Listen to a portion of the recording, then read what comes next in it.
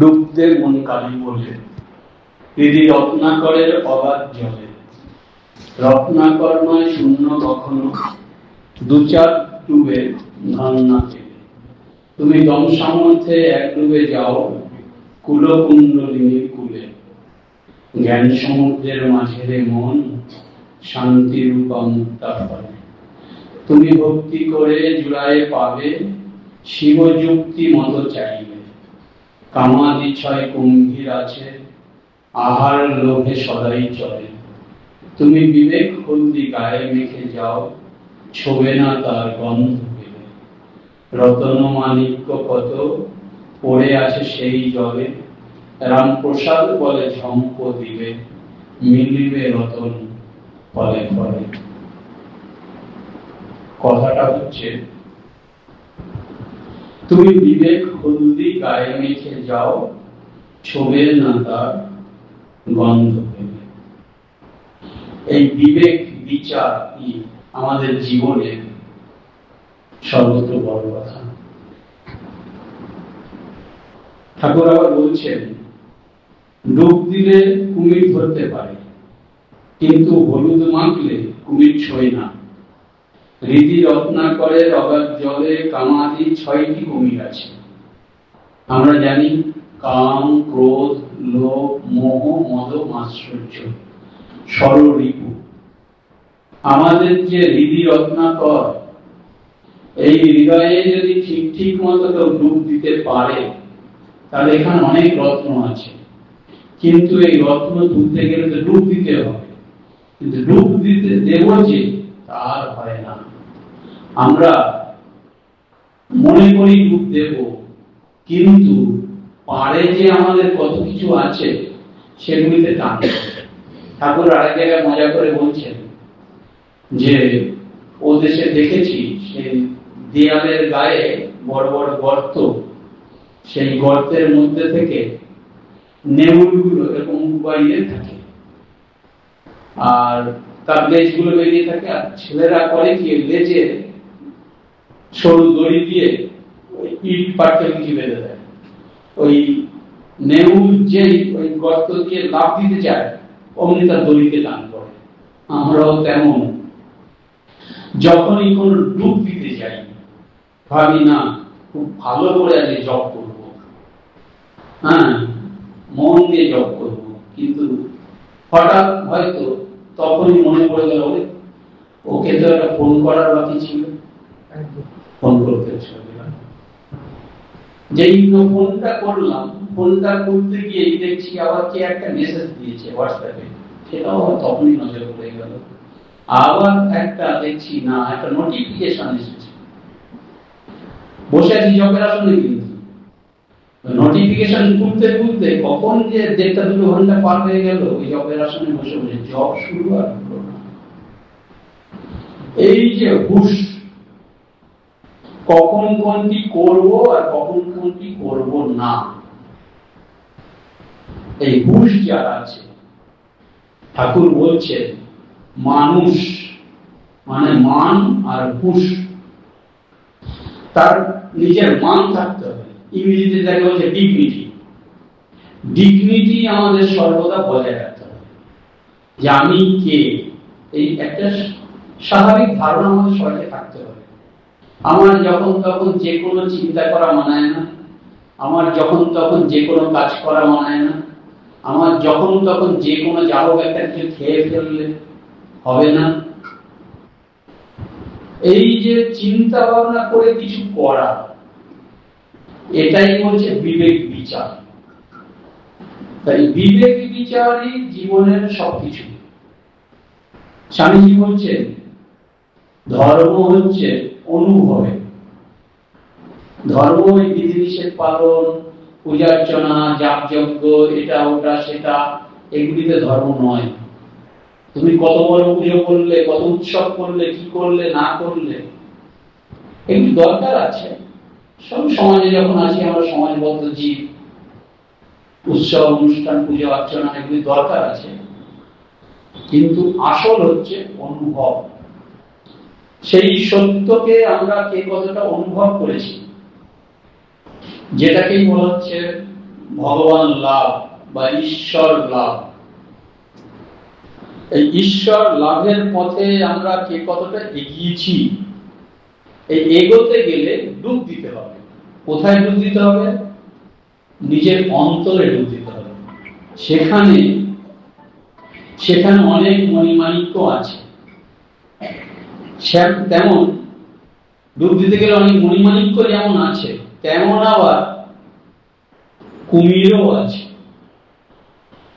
এই কুমির যাতে না ধরে তার জন্য বলছেন বিবেক হলদি গায়ে মাখতে। বিবেক মানে হচ্ছে বিবেক, বিচার। ঠাকুর বলছেন যে বিচারের খর্বটা সর্বদা মাথার নিচে দিয়ে, ধরো তুমি শুয়ে আছো, তখনও যেন বিচারের খর্বটা মাথার নিচে থাকে। বিচারের খর্বটা মাথার নিচে থাকে মানে আমরা যখন ঘুমোতে যাই তখন সাধারণত মন একটু অবচেতন হয়ে যায়। অবচেতন মনেও যেন আমরা এটা ওটা উল্টো পাল্টা না ভাবি। বলছেন না, আমি তো উল্টো পাল্টা ভাবি না, আমি তো সবসময় জব করি। সবসময় জব করি, ঠিক আছে, কিন্তু সেই জবটা মেকানিক্যাল করি না আন্তরিক করি। আমি সবসময় জব করি, জব করা তো অবশ্যই দরকার, সবসময় জব করা খুবই ভালো। ভগবান শ্রীকৃষ্ণ বলছেন যে মাম অনুস্মর যুদ্ধ চ, আমাকে অনুসরণ করো, আমাকে স্মরণ করো আর যুদ্ধ করো।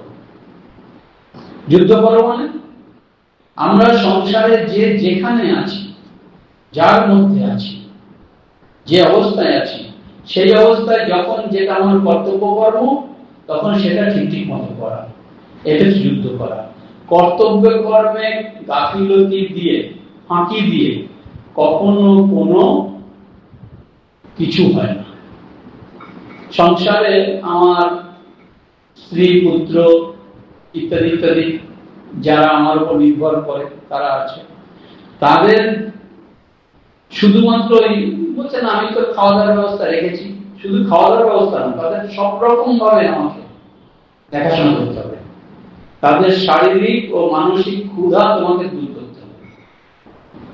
শারীরিক যা যা প্রয়োজন সেগুলো দূর করতে হবে, মানসিক প্রয়োজন দূর করতে হবে, সমস্ত কিছু তাদের দূর করতে হবে। তাদের সকলের যত্ন নিতে হবে, শরীরের যত্ন ও মনের যত্ন তোমাকে নিতে হবে। তোমার যা যা দায়িত্ব তাই পালন করতে হবে। আর কি করতে হবে?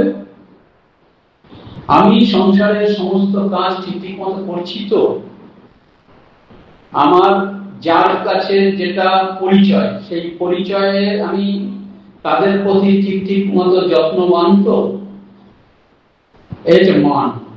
আর হুঁশ, আমার যখন যেটা করণীয় তখন সেটা করছি তো, হয়তো করছি কায়িকভাবে করছি, কিন্তু আমার মনটাও তার সঙ্গে সঙ্গে সেই দিকে আছে তো। আমি জব করছি, জব করতে করতে তো আমার ইষ্টের পাদপদ্মে মন থাকার কথা, তা না থেকে মন হয়তো চলে গেছে কোথায় কে জানে। কোন বাড়ির ওই ঠাকুর বলছিলেন না মজা করে, যে ওই যে তোমাদের ওই ধ্যান করা দেখে আমার ওই দক্ষিণেশ্বরের হনুমানগুলোকে কথা মনে পড়ে গেল। দক্ষিণেশ্বরের হনুমানগুলো ওই চালের উপরে, ছাদের উপরে চুপটি করে বসে থাকে, যেন কত ভদ্রলোক, মানে কিচ্ছু জানে না, চুপটি করে বসে আছে। কোন বাড়ির ছাদের উপরে, কোন বাড়ির চালের উপরে বসে আছে হনুমানগুলো, কিন্তু তাদের মনটা আছে ওই ও পাড়ায় কোন লাউ মাছ আছে, না কুমড়ো মাছ আছে, না আম গাছে। তা আমাদেরও এই মনটাকে অনুসন্ধান করতে হবে যে মনটা কোথায় আছে। এটা হচ্ছে হুঁশ। ঠাকুর বলছেন যে ডুব দিলে কুমির ধরতে পারে, কিন্তু হলুদ মাখলে কুমির ছড়ে না। হৃদি রত্নাকরের অগাধ জলে কামাদি 6টি কুমির আছে, কিন্তু বিবেক বৈরাগ্য রূপ হলুদ মাখলে তারা আর তোমাকে ছোঁবে না। বিবেক ও বৈরাগ্য দুটি কথা, এই দুটোই আমাদের সমস্ত কিছুর প্রাপ্তির দিকে এগিয়ে নিয়ে যায়। বিবেক মানে বিচার, কোনটি আমার করণীয়, কোনটি আমার করণীয় নয়। শুধু শারীরিক ভাবে না, কায়িক ও মানসিক। আমার কায়িক ও মানসিক ভাবে আমার যে জ্ঞানেন্দ্রিয় পাঁচটা আছে, পাঁচটা জ্ঞানেন্দ্রিয় আছে, চক্ষু, কর্ণ, নাসিকা, জিহ্বা, ত্বক।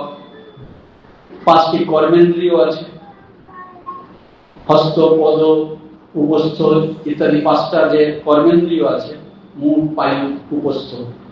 এই পাঁচটা কর্মেন্দ্রিয়, পাঁচটা জ্ঞানেন্দ্রিয়, এই দিয়ে আমাদের প্রতিনিয়ত সংসারে থাকা মানে, জগতে থাকা মানে কাজকর্ম করতে হবে। কিন্তু এই কাজগুলো তাদের সবার উপরে আছে একাদশ ইন্দ্রিয়, মন। এগুলো দিয়ে, সবকিছু দিয়ে আমি জীবনের সেই পরম লক্ষ্যের দিকে এগিয়ে যাচ্ছি তো? আমার চিন্তা ভাবনা, কাজ কর্ম সবকিছু সেই দিকে আমাকে এগিয়ে নিয়ে যাচ্ছে তো? জীবনটা তো বড় ছোট, হাতে আর সময় নেই, আমি সময়ের অপচয় করছি না তো? এই বিচার, সময়ের অপচয় করছি না তো? আমরা সাধারণত অপচয় করি দুটো জিনিসের, একটা হচ্ছে সময়ের, আর হচ্ছে মনের। মনের অপচয়, মনের অপচয়টাই সময়ের। আর কোথাও কোথাও শারীরিক পণ্ডশ্রম করি। পণ্ডশ্রম আমার হয়ে যাচ্ছে না তো? শারীরিক ভাবে যতটা আমি পণ্ডশ্রম করি, তাতে মানসিক ভাবে আমি বেশি পণ্ডশ্রম করি। এই পণ্ডশ্রমের দিকে আমাদের নিয়ে যায় তারা ওই যে পঞ্চ জ্ঞানেন্দ্রিয়, চক্ষু, কর্ণ, নাসিকা, জিহ্বা, ত্বক।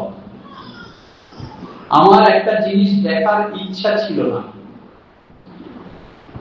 আমি সাধারণ ভোজন নিয়ে থাকি, ভালো দিকে আমার মন যায়, চেষ্টা করি নিতে, কিন্তু আমার একটা জিনিস দেখবার ইচ্ছা ছিল না। কিন্তু হঠাৎ করে আমার চোখটা তার উপর পড়ে গেল।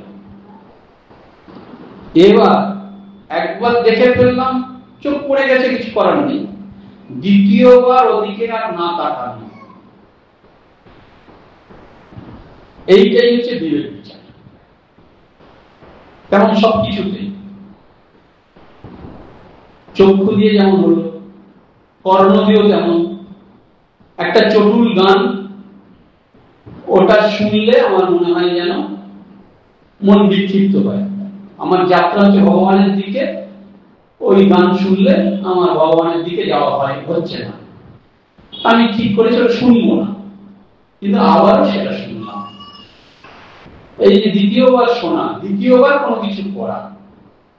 আজকাল তো যা কিছু, আমি বিশেষ করে চক্ষু আর কর্ণে যা কিছু, ওই কাছে যে মোবাইল ফোনটা আছে, ওটার মধ্যে মুহূর্তে সবকিছু পেয়ে যেতে পারি।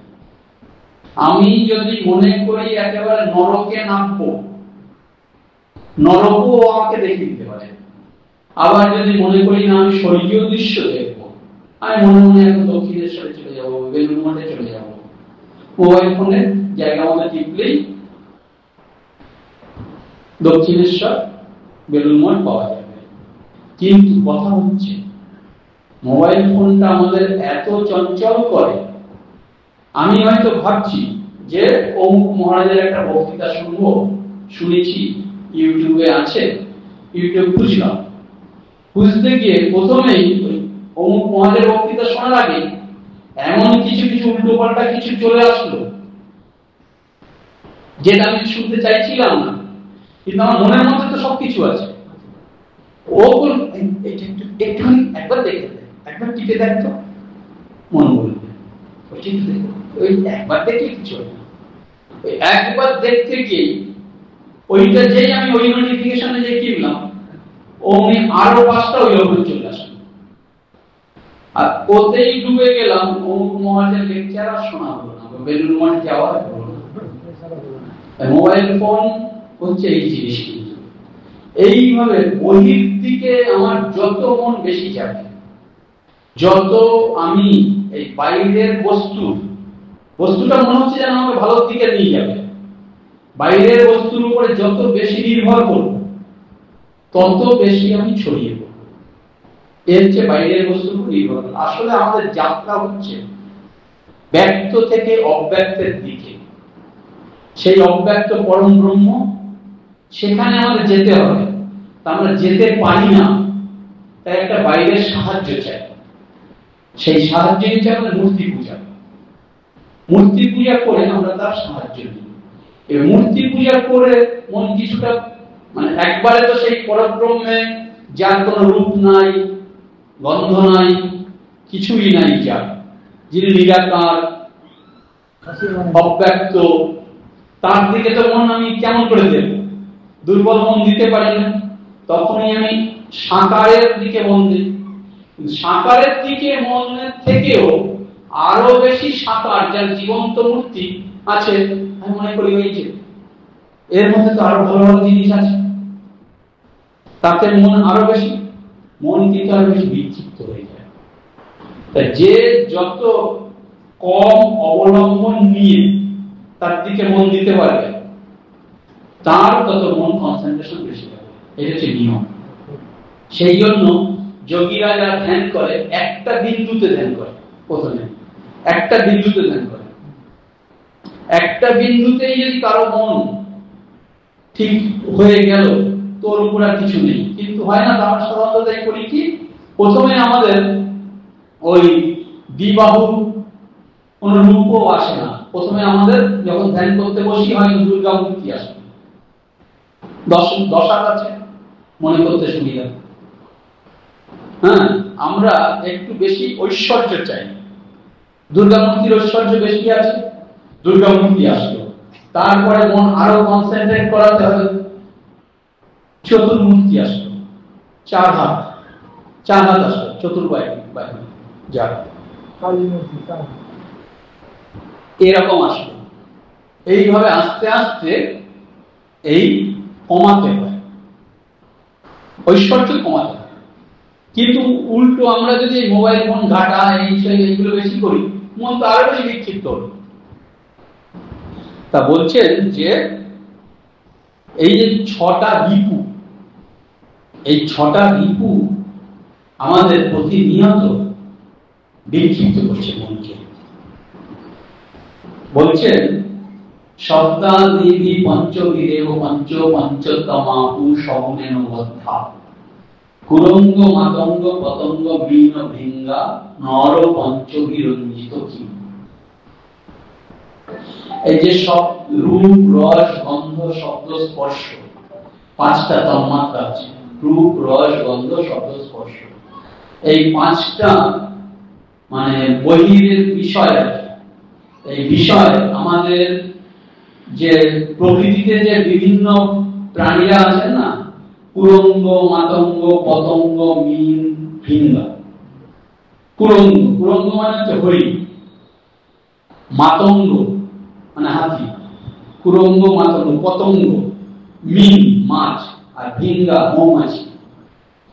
এই পাঁচটা প্রাণী প্রত্যেকের কোন না কোন মাত্র একটা ইন্দ্রিয়ের দুর্বলতা আছে।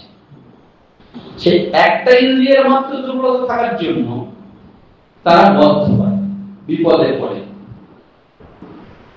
আর মানুষ আমরা, আমাদের তো সব ইন্দ্রিয়েরই দুর্বলতা আছে।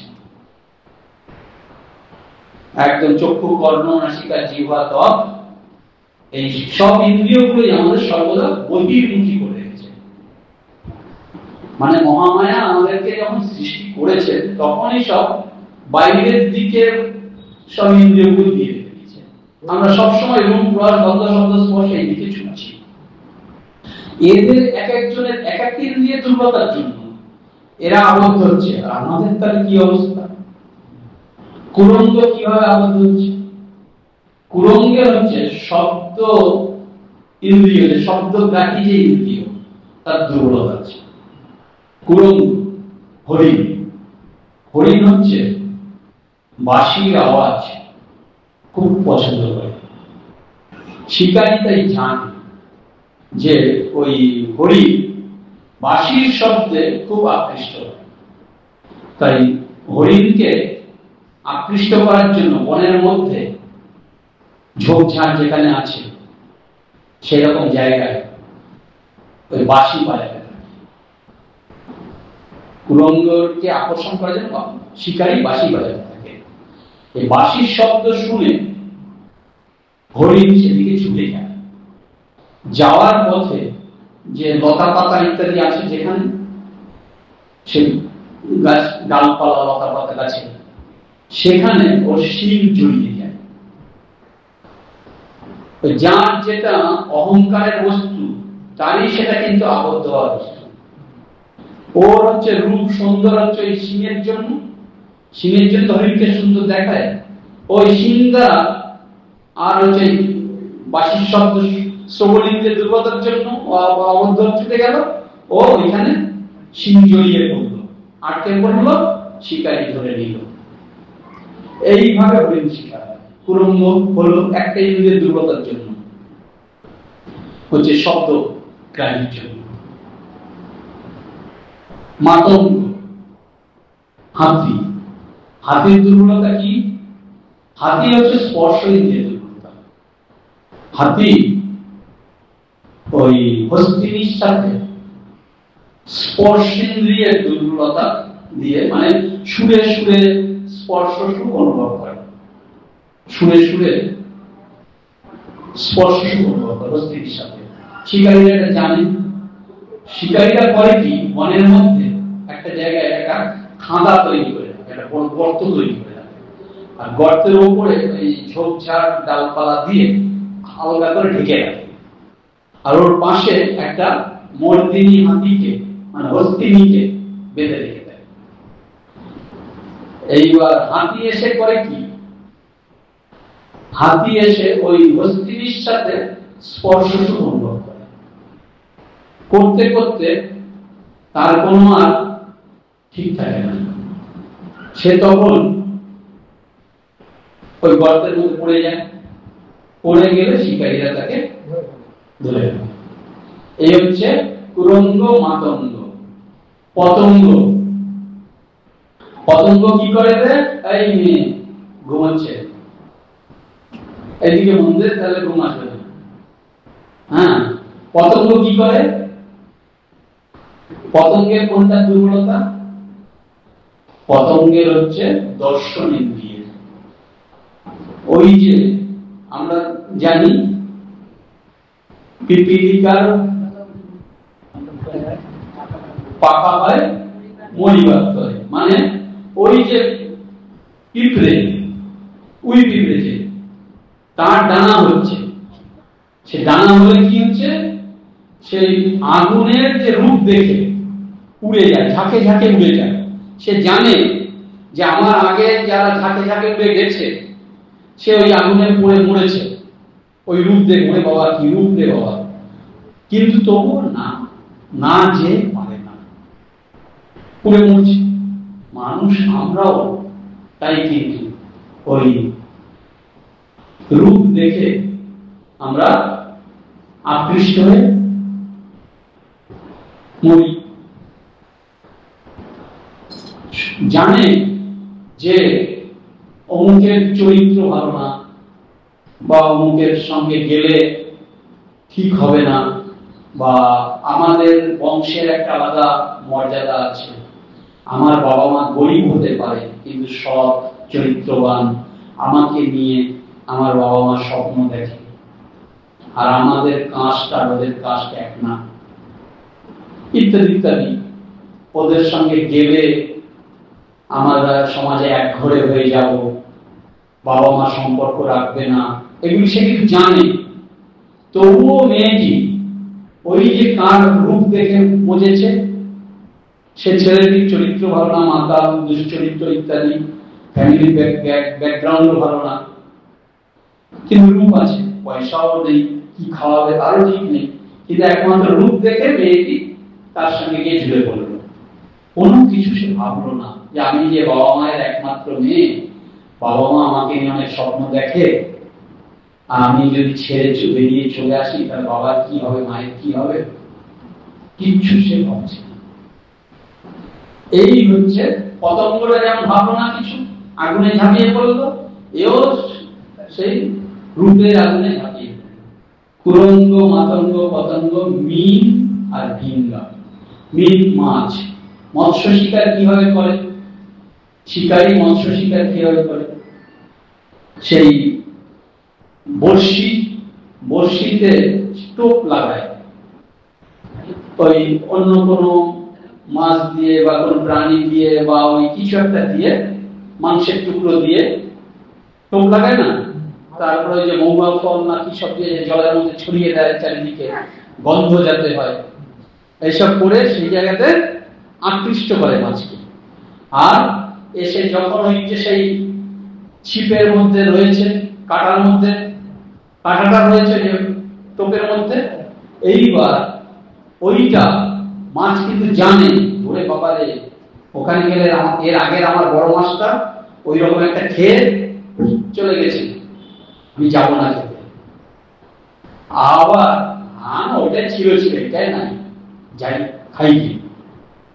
এই করে গিয়ে যে ধরলো, এমনি শিকারি এবার টেনে উঠে তুললো, শেষ।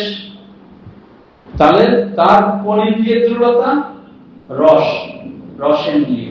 আমরাও তেমন, ডাক্তার বলেছে যে মিষ্টি খাবে না একদম, না একটা খেলে কি হয়, একটা খেলে কিছু হয় না, তেলে ভাজা একটা দুটো খেলে কি হয়, কিছু হয় না। আরো কত কি আছে না, যেগুলি যেগুলি খাওয়া বারণ সেইগুলি আমি বেশি করে খাচ্ছি, তারপরে কি হচ্ছে, সমস্ত কিছুতেই তাই।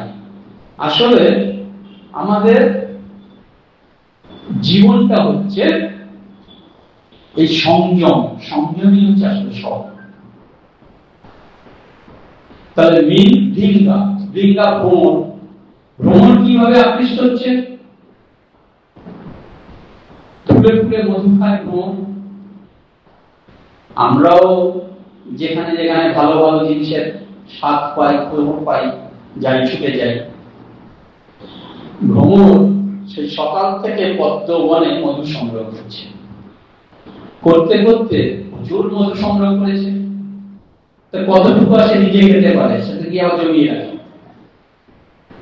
আমরা যেমন একটা মানুষ নিজে আর কতটুকু ভোগ করে, কিন্তু বেশিরভাগই সারা জীবন কঠোর পরিশ্রম করে জমিয়ে রেখে দেয়, আর পরবর্তীকালে সেগুলো ভোগ করে কে?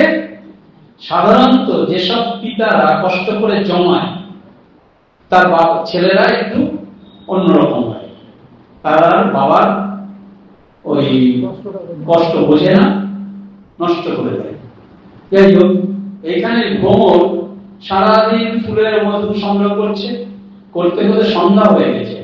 সে জানে যে ওই ফুলের পাপড়ি, পদ্ম পাপড়ি সন্ধ্যা হলে বন্ধ হয়ে যাবে, বন্ধ হয়ে গেলে ওর মধ্যে যদি তখন সে বসে থাকে, চাপা পড়বে, মরবে।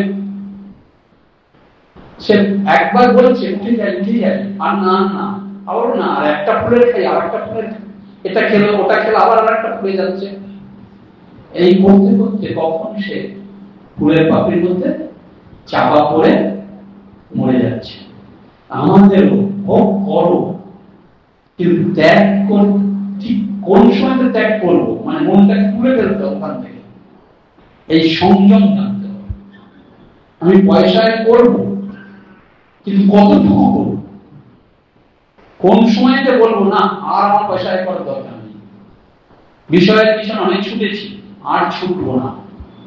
এই বিচার, এই বিচার প্রতিটা কাজে বিচার, চিন্তায় বিচার, কাজে বিচার, এই বিবেক বিচার দরকার। আর কি দরকার? বৈরাগ্য। বৈরাগ্য কি? ঠাকুর বলছেন ঈশ্বরে অনুরাগ ও বিষয়ে বিরাগ। শুধু বিষয়ে বিরাগ আমাদের আসবে না যদি ঈশ্বরে অনুরাগ না আসে। তবে ঈশ্বরের অনুরাগ কি সহজে আসে? সহজে আসে না। মনে হয় যেন আমার খুব ভগবানের নাম করলে দু চোখ দিয়ে জল পড়ছে ইত্যাদি হচ্ছে, কিন্তু ওগুলো ঈশ্বর অনুরাগ নয়, ওগুলো অনেকটাই অনেক সময় নাটক হয়ে যায়। আমরা সাধারণত অপরকে ঠকাতে গিয়ে নিজেরা ঠকে যাই। এই অনেক সময় ওই লোকজন দেখলে, ভক্ত দেখলে, অনেক কিছু দেখলে তখন বেশ চোখ দিয়ে জল টল আসে। কীর্তনের অনুষ্ঠানে অনেকে খুব কান্নাকাটি করে, আবার ভক্তরা পরস্পর পরস্পরকে আলিঙ্গন করে ইত্যাদি করে। কত ভাব হয়, তাদের ভাব হয়, কান্নাকাটি হয়। স্বামীজি বলছেন এদেরকে উপযুক্ত চিকিৎসা দরকার। আর কেউ কেউ এই কীর্তনের অনুষ্ঠান এমন কিছু করে, স্বামীজি বলছেন তাদেরকে চাপ খাওয়ানো দরকার। এই আমি অপরকে ঠকাতে গিয়ে দেখা যায় আমরা বেশিরভাগ সময় নিজেকেই ঠকাই বেশি। নিজেকে ঠকাই মানে নিজের যে মূল্যবান সময় চলে যাচ্ছে, নিজের মূল্যবান সময় চলে যাচ্ছে। এই মূল্যবান সময়কে যদি আমরা রক্ষা করতে না পারি, বিবেক বিচার দ্বারা কখন কোনটা করণীয়, কখন কোনটা করণীয় নয়, কোন দিকে আমার অনুরাগ থাকবে, কোন দিকে থাকবে না, আর তার কাছে ব্যাকুলতা প্রার্থনা করতে হয়। ভগবানের কাছে ব্যাকুলতা প্রার্থনা করতে হয়। ব্যাকুলতা কিরকম ব্যাকুলতা? ঠাকুর বলছেন যে মায়ের সন্তানের উপর যেমন টান, বিষয়ের উপর যেমন টান, আর সতীর পতির উপর যেমন টান, এই তিন টান এক করে যখন তুমি ভগবানকে ডাকবে, তখনই তোমার ভগবান আর কিছু মনে না রেখে তোমার দিকে ছুটে আসবে। ঠাকুর বলছেন তুমি যদি তার দিকে এক পা এগিয়ে যাও, তিনি তোমার দিকে 10 পা এগিয়ে আসবেন। এই এক পা এগিয়ে যাওয়াটাই আমাদের হয় না। সতীর পতির উপর টান, তারপর মায়ের সন্তানের উপর টান, আর বিষয়ের উপর টান। এর একটা টান কি আমাদের আছে? আমরা কি ভগবানকে সেইভাবে ব্যাকুল ভাবে কেউ চাই? একজন বলেছিলেন আসলে আমরা কেউ ভগবানকে চাই না। আমরা ভগবানকে চাই না, আমরা ভগবানকে মাধ্যম হিসেবে চাই। মানে আমার সুখ লাগবে, আমার ঐশ্বর্য লাগবে, আমার বাড়িতে অশান্তি দূর করতে হবে, তাই আমি ভগবানকে ডাকি। আমি মানত করি যে মা আমার এইটা দাও, এইটা দিলে আমি এইটা দেবো, এইটা দিলে ওইটা দেবো। ওই দক্ষিণেশ্বরে সেই গাড়িতলার সেই গাছটায় দেখা যায় যে কত কিছু বাধা রয়েছে, লাল সুতো দিয়ে এটা দিয়ে ওটা দিয়ে কত কিছু, মানুষের কত কামনা বাসনা সব ওইখানে রয়েছে। মানে আমরা তার কাছে চাই, চাই চাই চাই, আর এই চাওয়ার জন্যই তাকে ডাকি। অরিজিনালি তাকে চাই না, তার ঐশ্বর্য। এই হচ্ছে তা আমরা যা চাবো তাই পাবো। তিনি ভাবগ্রাহী জনার্দন। আমি কি ভাব নিয়ে তার কাছে চাইছি, কি চাইছি তা দেখতে হবে। আবার কি ওই একটা মজার গল্প আছে না, একজন সেই মানত করেছে, মা আমার ছেলেটার যদি চাকরি হয়, ভালো একটা চাকরি হয়, তাহলে আমি তোমাকে জোড়া পাঠাবো। তো ছেলের চাকরি বাকরি হয়েছে, জোড়া পাঠা দেওয়ার কথা ভুলে গেছে, জোড়া পাঠা দেওয়ার কথা ভুলে গেছে। কেন ভুলে গেছে? না, দাগ পড়ে গেছে, দাগ পড়ে গেছে। জোড়া পাঠা বলি দেওয়া মানে তো মাত্র জোড়া পাঠা খাবে না, বাড়িতে জোড়া পাঠা কাটা হবে, মাংস হবে, খাওয়া হবে। তার পাঠার মাংস আগে খুব খেতাম, দাগ পড়ে যাওয়ার পরে খেতে পারি না, আমারই দাগ পড়ে গেছে, বাড়িতে আর পাঠার মাংস করবো কেন? অতএব মাকে জোড়া পাঠা বলি দেওয়ার কথা ভুলে গেছি। এবার মা অনেকদিন পরে দেখছে দুধ দেয় না, একদিন বলছে কি রে, তুই যে পাঠা বললি জোড়া পাঠা দিলি না কেন? আর মা পাচ্ছি না ভালো পাঠা, তো দেখ না। বলছে না, তোমাকে দিতে গেলে নিখুঁত পাঠা লাগবে, নিখুঁত পাবো কোথায়? একটু চালাকি করছে, তাই ঘেও পাঠাই, তাই ঘেও পাঠাই কি করবি? ঘেও পাঠাই কিছু দিচ্ছিস না, থেকে দে, তাও অনেকদিন হয়ে গেছে, তাও দেয় না। কি রে, জোড়া না দিবি কমপক্ষে একটা তো দে। না পাচ্ছি না, সংসারে এত ঝামেলা হয়ে উঠছে না। যে পাঁঠা না হয় অন্ততপক্ষে দুটো পায়রা তো দে, পাঁঠা না হয় দুটো পায়রা তো দে। আর মা পায়রা এখন আবার কোথায় ধরতে যাবো? দে না দে, তুই বলছিস দে, পায়রাও দেয় না। আচ্ছা পায়রা না হয় কদিন পরে আবার মাও ছাড়বে না, বলছে দুটো চড়ুই তো দে। আবার কদিন পরে কি রে, চড়ুই দিবি বললি, তাও তো দিবি না। আর তুমি এত বড় জ্বালাও কেন? তুমি দুটো ধরে খেতে পারো না? তোমার তো কোনো কাজকর্ম নাই, তুমি দুটো ধরে খেতে পারো না? প্রয়োজন ফুরিয়ে গেছে তো। আমাদের যখন প্রয়োজন ফুরিয়ে যায় তখন ভগবানকে মনে থাকে, দুঃখের সময় তাকে মনে থাকে, দুঃখ থেকে পরিত্রাণ পাওয়ার জন্য ভগবানকে থাকে, সুখের সময় তাকে মনে পড়ে না। তাই কখন কোনটি আমার করণীয় আর কখন কোনটি করণীয় নয়, এইটি যে যেখানে আছি, সংসারে থাকি বা সন্ন্যাসের আশ্রমে থাকি, যেখানেই থাকি, এইটি বিচার। কোন কাজটি কায় মনো বাক্যে, কোন কাজটি, কোন চিন্তাটি, কোন বাক্যটি, আমার মুখের কথাটা আমাকে সেদিকে এগিয়ে নিয়ে যাচ্ছে, প্রতিনিয়ত এই বিচার। মুখের কথা যখন স্টেজ পাই বা 5টা লোকের কাছে বলতে হয় তখন আমরা অনেক ভালো বলতে পারি, কিন্তু যাদের সঙ্গে আমার সর্বদা ওঠা বসা, যাদের সঙ্গে আমার সর্বদা ওঠা বসা, তাদের সঙ্গে আমার ব্যবহার কি হবে,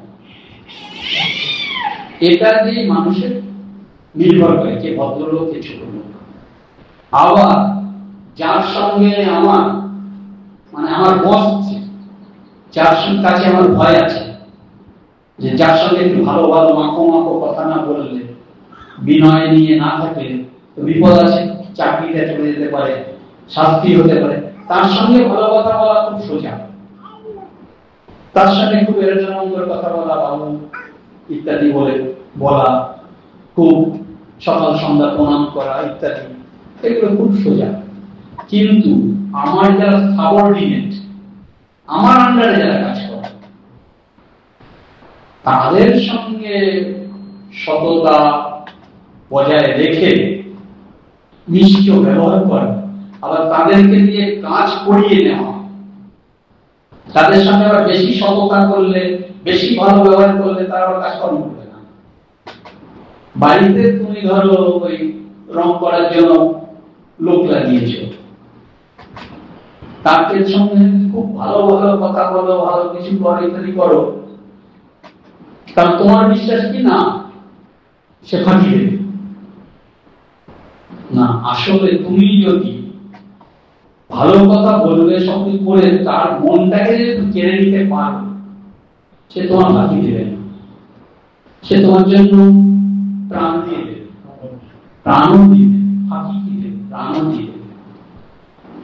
তাই ভালো ব্যবহার, ভালো ব্যবহার হচ্ছে আমাদের সবচেয়ে একটা বড় ধন।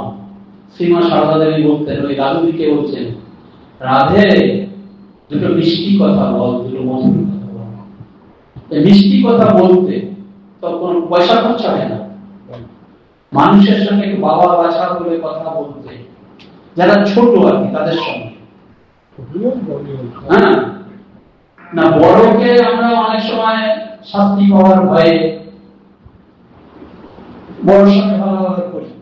বড়র সঙ্গে ভালো ব্যবহার করা সোজা, কিন্তু ছোটর সঙ্গে ভালো ব্যবহার করা, সমাজের যারা অস্পৃশ্য, অনাথ, আতু, দরিদ্র, বঞ্চিত, অবহেলিত, তাদেরকে একটু ভালোবাসার ছোঁয়া তুমি কতটুকু পারো দেও তো, যেটা মায়ের জীবন দিয়ে দেখা যায়। যে সেই আমজাদ যাকে দেখলে অন্যরা বলতো, মা তুমি ওদের এত কাছে ডাকো কেন? ওরা সব ডাকাত, জানি ওরা চোর, ওদের জিনিস আবার নেওয়া কেন? মা তাদেরকে কেমন কাছে ডেকে নিচ্ছে, বলছেন কেমন, যে শরৎ আমার যেমন ছেলে, আমজাদও আমার তেমন ছেলে। কোথায় শরৎ মহারাজ আর কোথায় আমজাদ?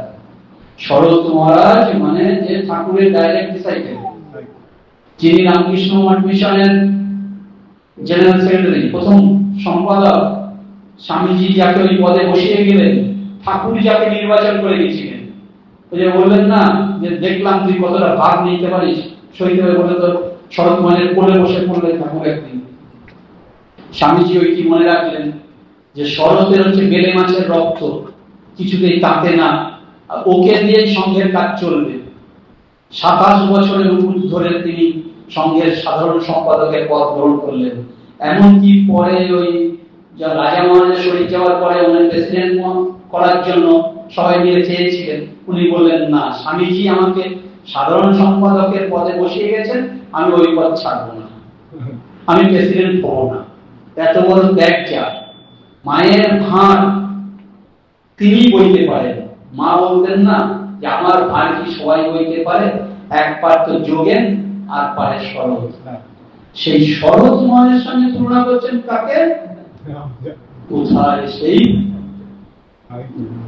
তুতে ডাকাত আমজাদ, যার চাল ছিল কিছু নাই, যে গরু চুরি করার জন্য ধরা পড়েছে, জেলে ছিল, ইত্যাদি ইত্যাদি। তাকে যখন সে আলু দিদি খেতে দিচ্ছে, এখন দূর থেকে দিচ্ছে ছোঁয়া বাঁচিয়ে, মা বলছেন ওইভাবে কাউকে দিলে কি তার পেট ভরে, খেয়ে তৃপ্তি হয়? এইভাবে যখন আমি ভালোবাসতে পারবো, আর যখন সবার মধ্যে এক সেই সত্তাকে দেখতে পারবো, যখন তোমার কাছে তুলসী পাতা আর সজনে পাতা দুটোই এক হয়ে যাবে, সজনে পাতাও যা তুলসী পাতাও তাই, যখন তোমার কাছে হয়ে যাবে, যখন তোমার কাছে গঙ্গার জল নর্দমার জল দুটো এক হয়ে যাবে, সোজা কথা।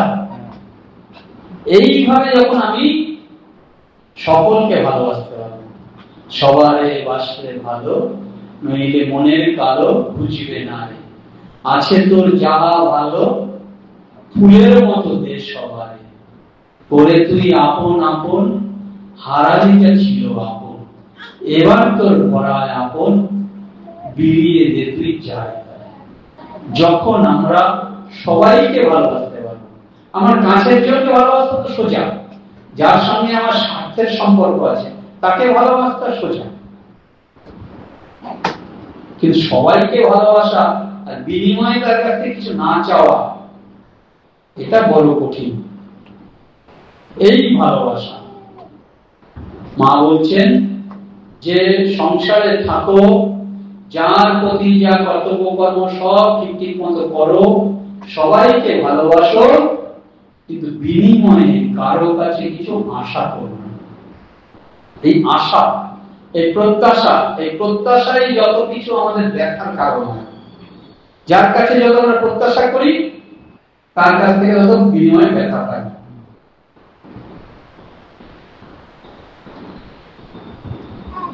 বলছেন শ্বশুর শাশুড়ি দেওর ভাসুর ননদ ছেলে মেয়ে স্বামী ইত্যাদি সবার ভালোবাসা, যার প্রতি যা কর্তব্য কর্ম সব ঠিক ঠিক মতো করে যাবে, কিন্তু মনে জানি এরা আমার কেউ নয়, মানে তাদের কিছু প্রত্যাশা করবে। আমরা কি প্রত্যাশা করি সাধারণত? আমরা স্বামীর সেবা করে কি প্রত্যাশা করি?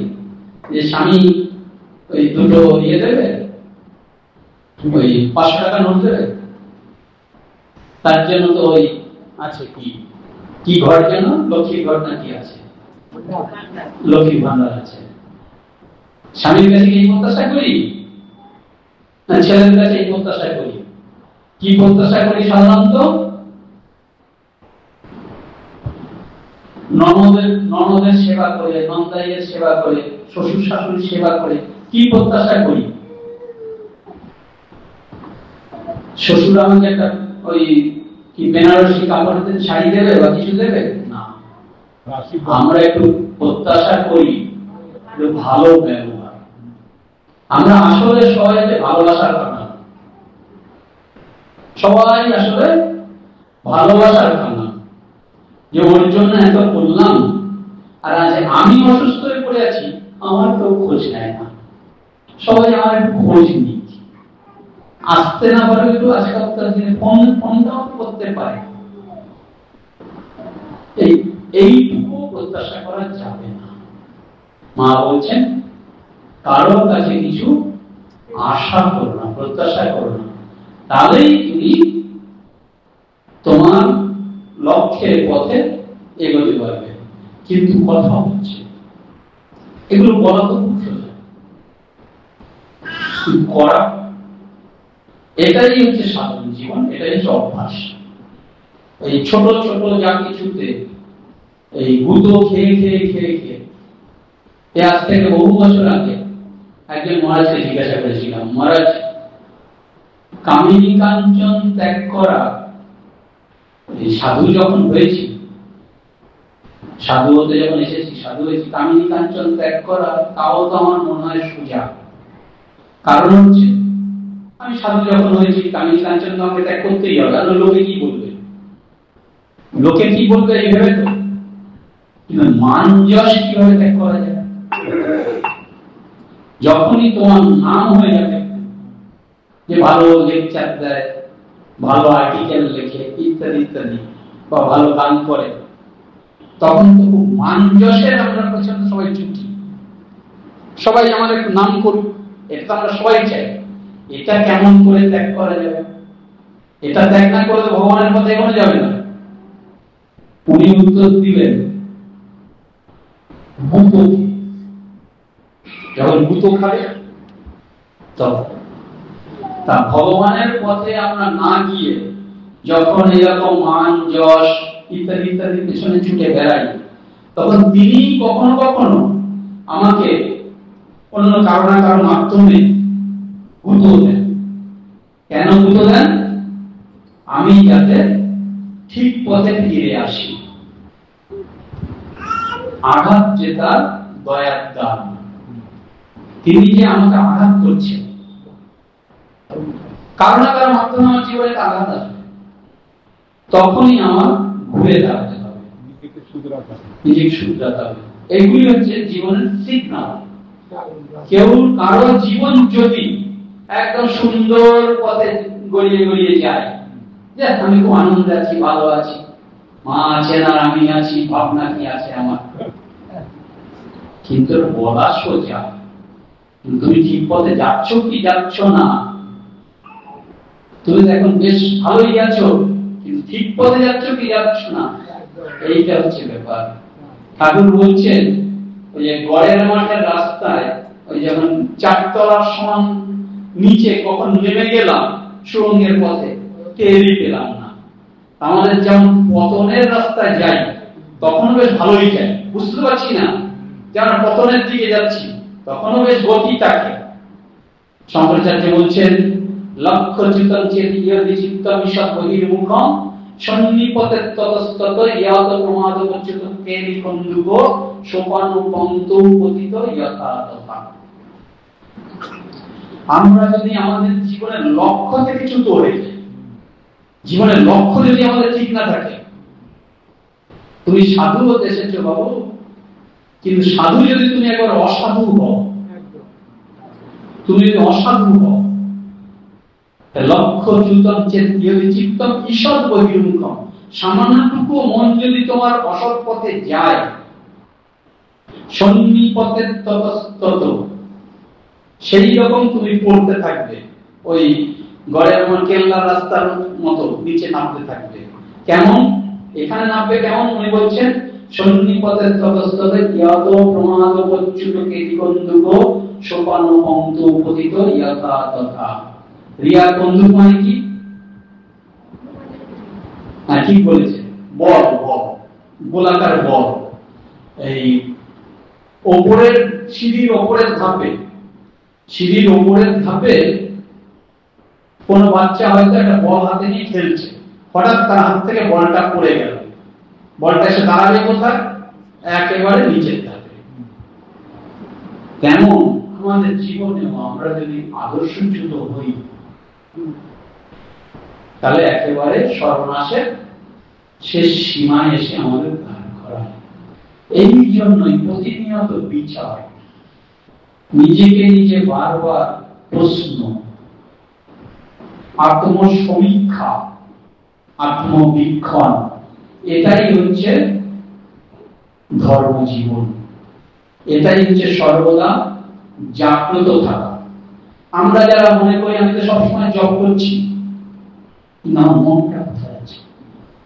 এই যে বিচার, আমার প্রতিটি কাজ কর্ম ইত্যাদি সে জপের অনুসারী হচ্ছে তো।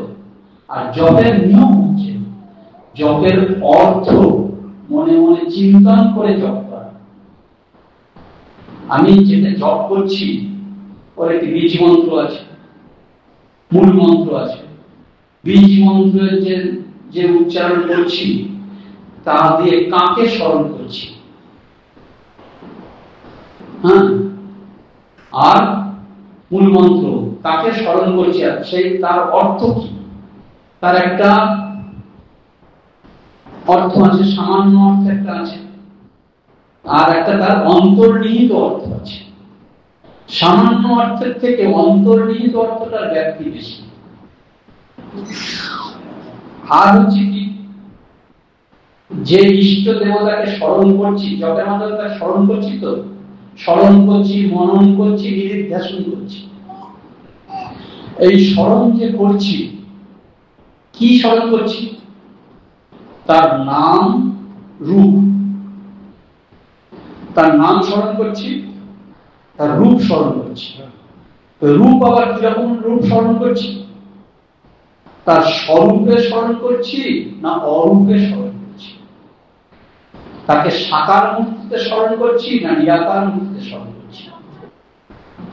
তিনি যে আমার ইষ্ট, তিনি ইষ্ট মানে কি শুধু সেই ফটোটাই শুধু না? ফটোতে যে শ্রীরামকৃষ্ণ দেবকে বলা হচ্ছে সেই তিনি তো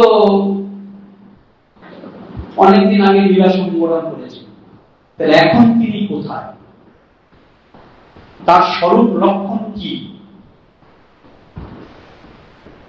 হ্যাঁ, ইত্যাদি ইত্যাদি অনেক কিছু ভাবনার আছে। আর তার সঙ্গে আমার সম্পর্ক কি?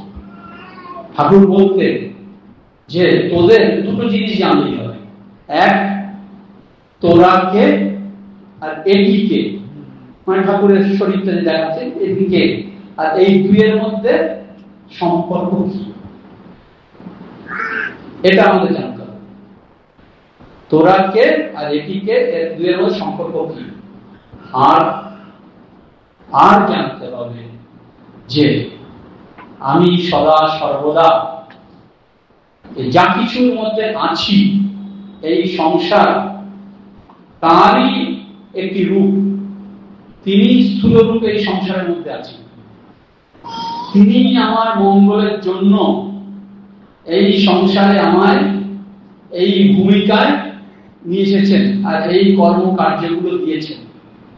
এইগুলোই যদি আমি নিষ্ক্রিয় ভাবে, নির্মোহ ভাবে, নিষ্কাম ভাবে আমার কর্তব্য কর্ম সব হাসি মুখে সুন্দরভাবে করে চলে যেতে পারি, তাহলেই আমি অন্তিমে তার দেখা পাবো। তার দেখা পাবো মানে, তার দেখা পাওয়া মানে কি?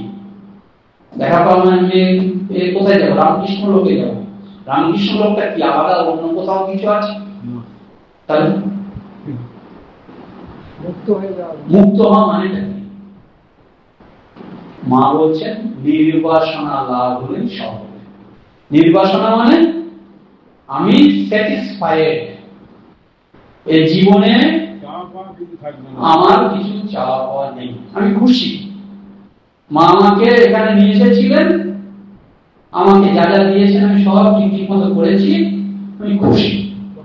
এই প্ল্যাটফর্মে আমার আর কিছু করার নাই। যতগুলো অভিনয় ছিল স্বামী রূপে যার সঙ্গে যা অভিনয়, স্ত্রী রূপে যার সঙ্গে যা অভিনয়, যার যার সঙ্গে যে যে অভিনয় করেছে সব আমি করেছি। আর একবার আমাকে স্টেজে উঠতে হবে না, আর একবার আমাকে স্টেজে উঠতে হবে না, এবার ফাইনালে নেমে যাওয়ার সময় হয়েছে। এই যে আমার আর কিছু বাসনা কামনা নেই, এই বোধটি তোমার চোখ বোঝার আগে আসতে হবে। যদি না আসে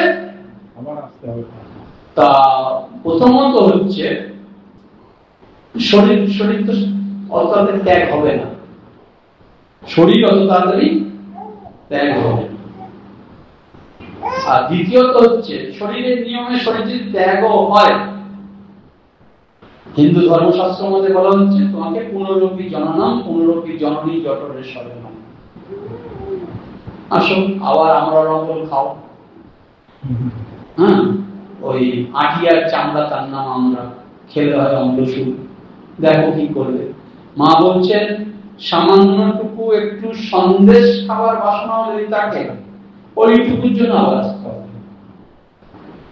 এইভাবে আমরা নির্বাসনা লাভের দিকে এগিয়ে যাচ্ছি কি যাচ্ছি না, এই বিচার, প্রতিনিয়ত বিচার। এই জীবন থাকতে থাকতে এই যে নির্বাসনা লাভ হলো, এটাকেই বলছে জীবন মুক্তি। জীবন মুক্তি সুখ প্রাপ্তি। এ জীবনেই স্বর্গ, এ জীবনেই নরক, এ জীবনেই সব। আলাদা করে কোনো স্বর্গ নরক বলে কিছু নেই। তুমি যখন হাসতে হাসতে জীবনটাকে ত্যাগ করতে পারছো, আমরা সবাই যাওয়ার আগে একটু কেউ হয়তো খুব সামান্য সময়ের জন্য হলেও বুঝতে পারে, কেউ বেশ খানিকক্ষণ আগে থেকেই বুঝতে পারে। যোগী যারা তারা অনেক আগে থেকেই জানতে পারে, বুঝতে পারে। যার মন যত শান্ত, যে যত বাসনা মুক্ত, সে তত আগে থেকে জানতে পারে, বুঝতে পারে। এই যাওয়ার আগে ওই অ্যাকাউন্টের খাতাটা দেখতে থাকে, অ্যাকাউন্টের খাতাটা বাদিক ডান দিক সমান আছে কি নাই। যার একেবারে নির্মোহ যে হয়ে গেছে, বাসনা মুক্ত যে হয়ে গেছে, তার একেবারে সাদা খাতা, তার খাতায় আর মা কোনো মহামায়া কোনো দাগ কাটতে পারেননি, সে ড্যাং ড্যাং করে চলে যায়। আসলে আমরা যেদিন এসেছিলাম এই জগতে, আমরাই শুধু কেঁদেছিলাম, আর বাকি সবাই আমাদেরকে নিয়ে আনন্দ করেছিল, শাক বাজিয়েছিল, উল দিয়েছিল, তাই না? সন্তানের জন্ম মুহূর্তে সবাই আনন্দ করে, আমরা কিন্তু কেঁদেছিলাম। কেন কেঁদেছিলাম? বলে করে কেঁদে উঠেছিলাম। কেন? যে গর্ভে ছিলাম, যোগে ছিলাম, মায়ের গর্ভে থাকি আর যেখানে থাকি যোগে ছিলাম।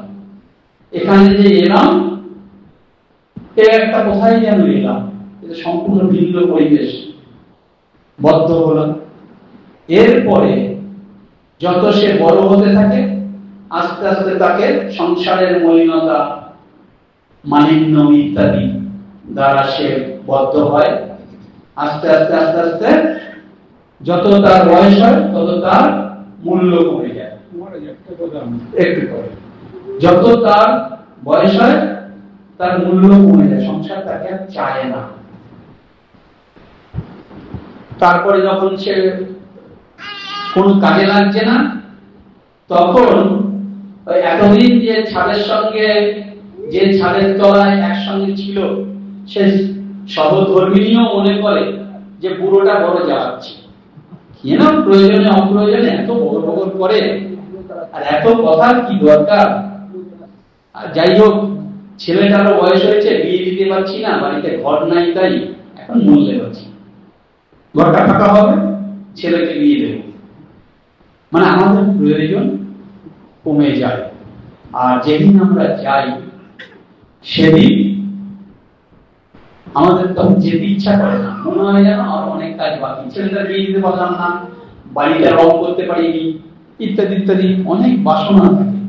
এই বাসনাগুলো পূরণ না হওয়ার জন্য আমাদের যেতে মন চায় না। তখনই আবার ফিরে আসতে হয়, কালো মুখে যেতে হয়।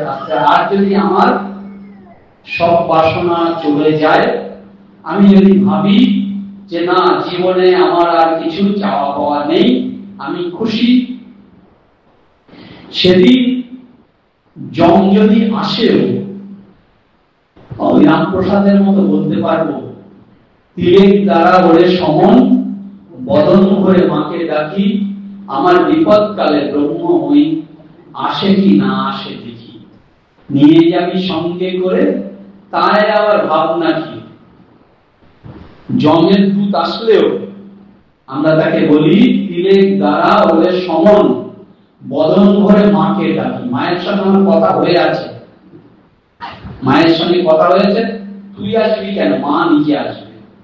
মা আসবে আর আমি দৌড়ে গিয়ে মায়ের কোলে ঝাঁপিয়ে পড়ব, আনন্দে গ্যাং গ্যাং করে চলে যাব।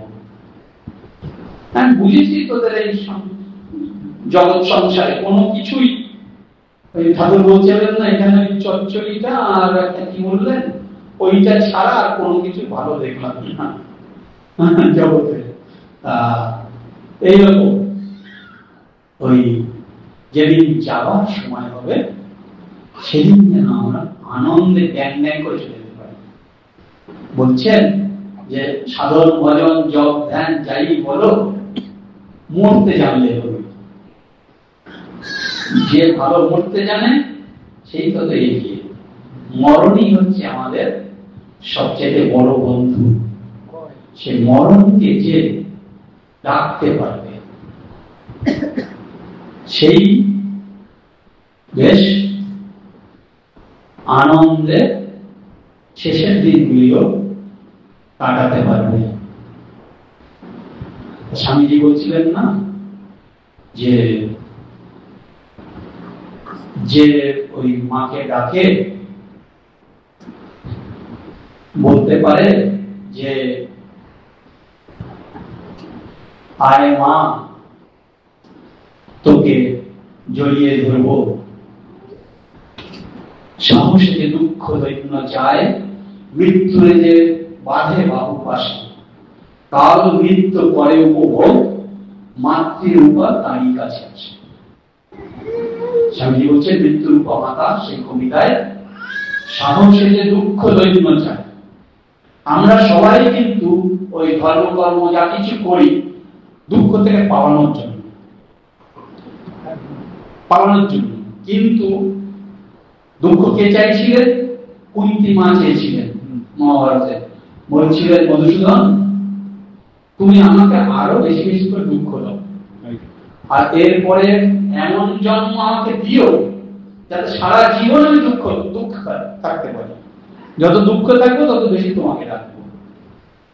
এই সাহসে যে দুঃখ দৈন্য চায়, এই মা কুন্তী সারা জীবন কত কষ্ট করলেন, কত কষ্ট করার পরেও তিনি দুঃখ চাইছেন। আর আমাদের দুঃখ তো সেখানে কিছুই না। সাহসে যে দুঃখ দৈন্য চায়, মৃত্যুরে যে বাঁধে বাহু পাশে। মৃত্যু যখন আসছে তাকে দু হাতের বাহু পাশে যে বাঁধতে পারে, মৃত্যুরে যে বাঁধে বাহু পাশে। মা যে নাচতে নাচতে আছেন মা কালী, সেই মা কালীর যে নৃত্যকে উপভোগ করে, এই হিন্দু ধর্মই একমাত্র ধর্ম যেখানে তার দেবতাকে, ভগবানকে ওই